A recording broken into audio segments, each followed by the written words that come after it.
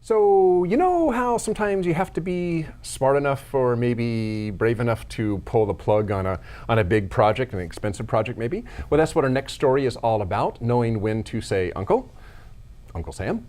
In his article, What Went Wrong with the F-35, author Michael Hughes basically says that the F-35 is the ineffective Swiss Army knife of fighter jets and probably one of the most expensive projects ever funded, and that it should have had its plug pulled. So for those of you unfamiliar with the F-35, it was billed as a fighter jet that could do almost everything the U.S. military wants. It could serve the Air Force, the Marine Corps, and the Navy, and even Britain's Royal Air Force, Royal Navy, all in one aircraft design. It was supposed to be basically everything to everybody. And on its face, the idea behind it made a lot of sense. I mean, why create 3 or 4 different aircraft to meet 3 or 4 different customers? Make one fighter jet that meets all their needs. It should be cheaper in the long run. It should save on maintenance, things like shared parts and subsystems, logistics, and so forth. So the idea, the thrust of it was really actually a pretty good idea. Sure. I mean, it's something any company would want to do.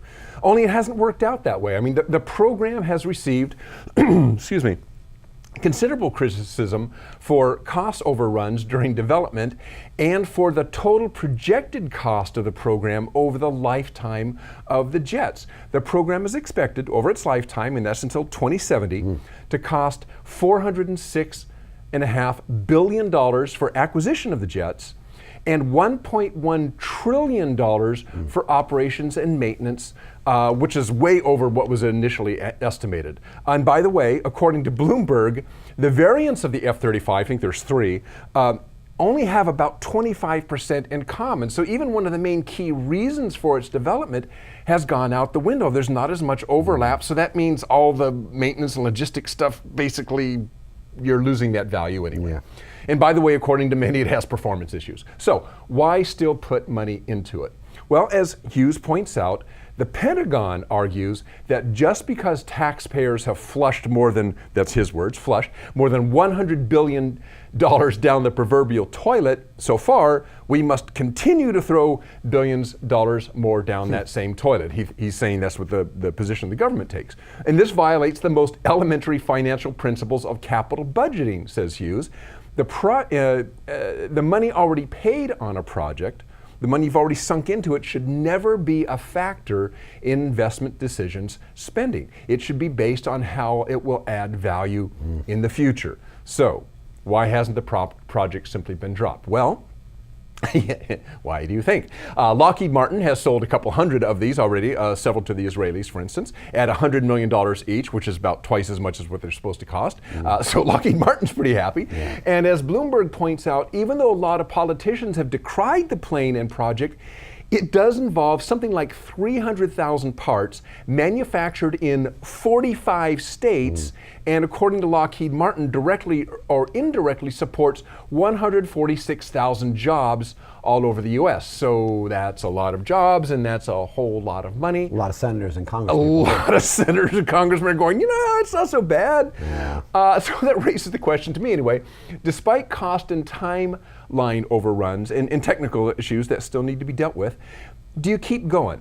Given that it is creating jobs, perhaps losing jobs if you stop, this doesn't appear to be a case where the product isn't going to work. I mean, it will get done eventually if you keep putting money into it, and the problems aren't insurmountable.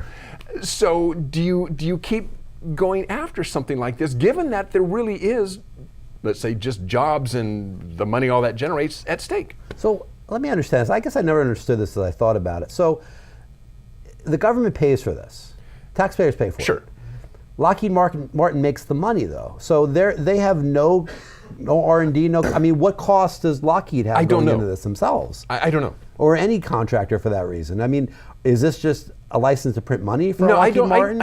I don't think so, but to tell the truth, I don't know. So they made $100 million on the jet from Israel per jet. Right. Yeah. So the question is, do they pay anything back to the government? I mean, but it's funded by the government. So how does Lockheed Martin make the money if they had no investment? Well, going in. But Lockheed is, at least according to Bloomberg, Lockheed Martin is very happy about these sales because it has actually, it's supposed to be 20% of their income for the 2017. So maybe the government guarantees a certain amount of units that they're going to buy, the U.S. government, and the rest of them are manufactured. They can sell them to whomever. I think that's exactly it. Yes, okay. the government, Lockheed Martin's going to make it. Okay. The government's going to buy X number of these. With that contract, right? Yeah. So the question then is the fallacy of sunk costs. I mean, yeah. I mean, it's an emotional issue. I mean, it's not just simply rational dollars and cents. It's also the emotion of, well, if we pull the plug, we wasted all that money. Well, you're wasting it anyway. You're going to waste a hell of a lot more if you don't pull the plug, because if the thing doesn't work, the thing doesn't work. But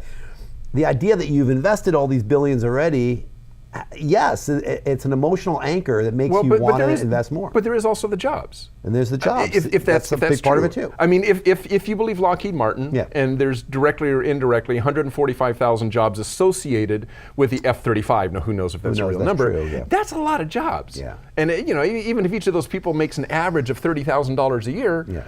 That's some serious money. Yeah, so. Especially when we're saying we want to support the manufacturing sector of this country. I mean, politically, the optics of that are really bad to pull the plug. So there's a lot going into this that says keep it going, keep feeding that sacred cow. But I don't know. Hughes makes a good point. One thing I noted in that article is there's like 20 references. Oh he referenced the heck out of it. He referenced the heck out of it. So check that out. It's a lot of good information to learn what the. And by the way, if you know how government contracting works for aerospace, send us a note. Yeah, that would be interesting. so that's. I think we got it, but it'd be good to get corrected if anybody out there knows. All right.